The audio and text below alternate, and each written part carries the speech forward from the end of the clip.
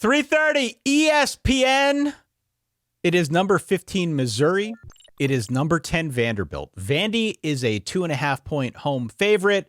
We got messages from people out on the YouTube saying, hey, I looked at the time code of the Tuesday episode. I did not see any mention of this game. That's because we're going to talk about it today. We're going to talk about it right now.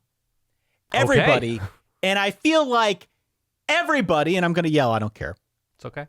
Is really high on Vandy right now. As they should be. As they should be. If you go through, if you look at the results of the Verballer poll, you got some really interesting votes for Vandy that are coming in. Pretty much everybody's got them in the top 12 at this point. And I think rightfully so. Continue. Absolutely. But it is a spectrum for where people feel Vandy should be within that top 12. We've had some as high as 3. We've had others as low as 12. I don't think we had anybody left them out of the top 12. But there are a lot of folks that I think are really feeling Vandy right now, and I get it. We both picked them to cover last week. They won outright.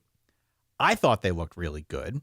I love this team. I love this story. I think most people listening right now feel the same. Okay. So I think now is the right time. I think now is the right time to say hello to the bad guy, Dan. Okay. How so? I had an evil laugh sound that I apparently didn't pull down onto this computer that I was going to play right here. That's pretty good, right? That approximates evil. I think it is, yeah. It's Sibelius? not quite as evil as the laugh that I pulled off YouTube, but it's good. Okay. Give me it one more time, please. If I can establish my reputation as sort of like an edgy bad guy, what would that do for the show?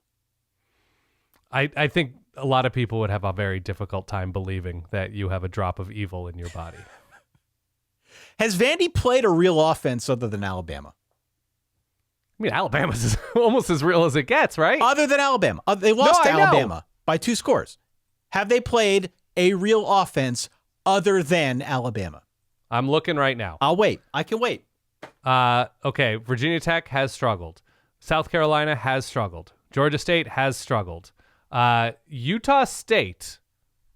Hold on, let me look at the official number, but I feel like they've been scoring points, albeit, not the craziest schedule. Utah State is around top 40 in terms of points per drive. Okay. I think they scored a little bit against Vandy, right? Keep going. I'll wait. I got nothing but time. Okay. Well, no, we're not going to do a 2-hour episode. And then LSU, if we're leaving Bama aside. Okay, so Bama by far the best. Utah State likely the second best in terms of actual production. LSU has struggled to score more than lowish 20s.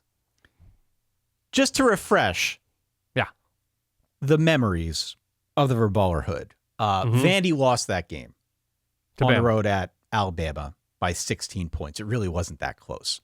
It was competitive for a chunk, I would say. I'm on Mizzou here, dog. Okay. I'm on Missouri. I think they're good enough on offense to pound the ball on the ground. I think they're good enough on defense to not get Pavia'd. Yeah. Because I was looking through some of the stats on the Missouri side. Missouri has played 3 quarterbacks that I view at least as really talented scramblers, good runners of the football at the quarterback position. Jalen Daniels, Lenoris Sellers, and Jackson Arnold. If you add up all of their rushing yardage, how many rushing yards do you think combined those quarterbacks have had on the ground against Missouri? Probably not many, judging by your tone. 11. It's pretty great. Good 3 job, quarterbacks, 11 yards. Do you know how many times those 3 quarterbacks were sacked by Missouri? So is your number incorporating sack yardage, or is this independent of sack yardage? The number was incorporating sack yardage. Oh, okay. That's beside the point. I don't know, 8 or 9 times total? 12. Something like that? Damn. 11 yards, 12 sacks. Give me Mizzou. 28-17 is the final. They are not getting Pavia'd. They are going to get a big win here on the road, despite the fact that they're a dog.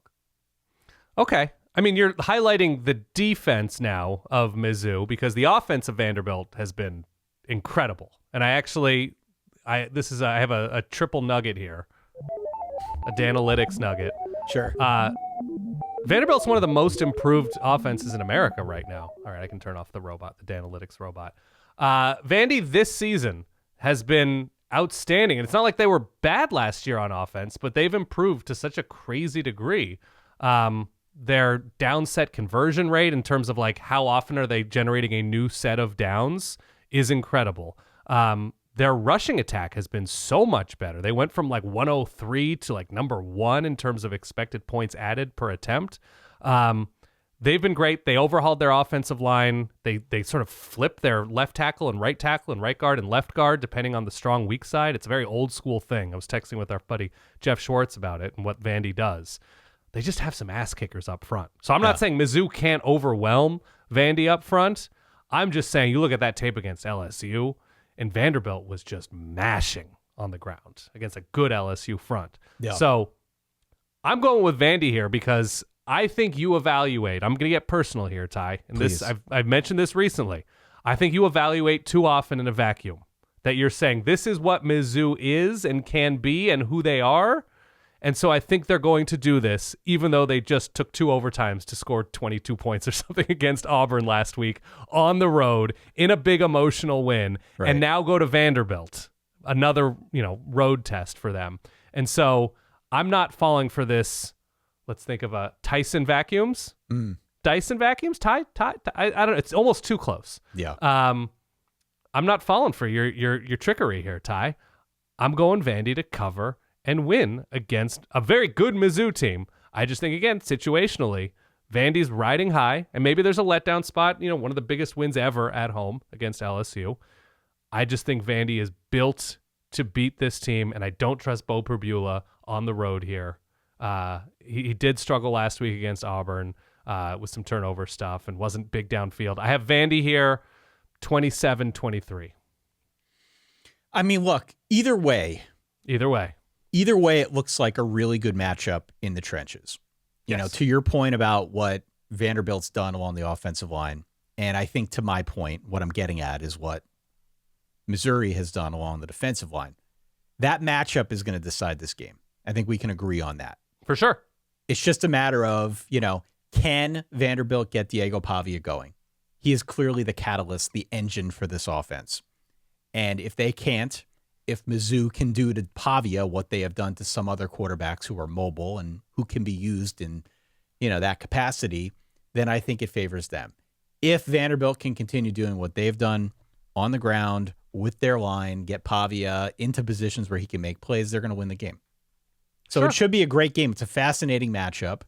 And not just because it's a Vanderbilt team that is now in the top 10. I think there are some real interesting matchups here, positional matchups on the field that make this one pretty cool. So I'm excited. I'm excited to see it. It's at 3:30 again on ESPN. My sense is that we're going to have a bunch of folks out there who have hot takes on this one because Vandy's involved. And again, Vandy is like this darling right now. But say hello to the bad guy, Dan. Give me that sound one more time.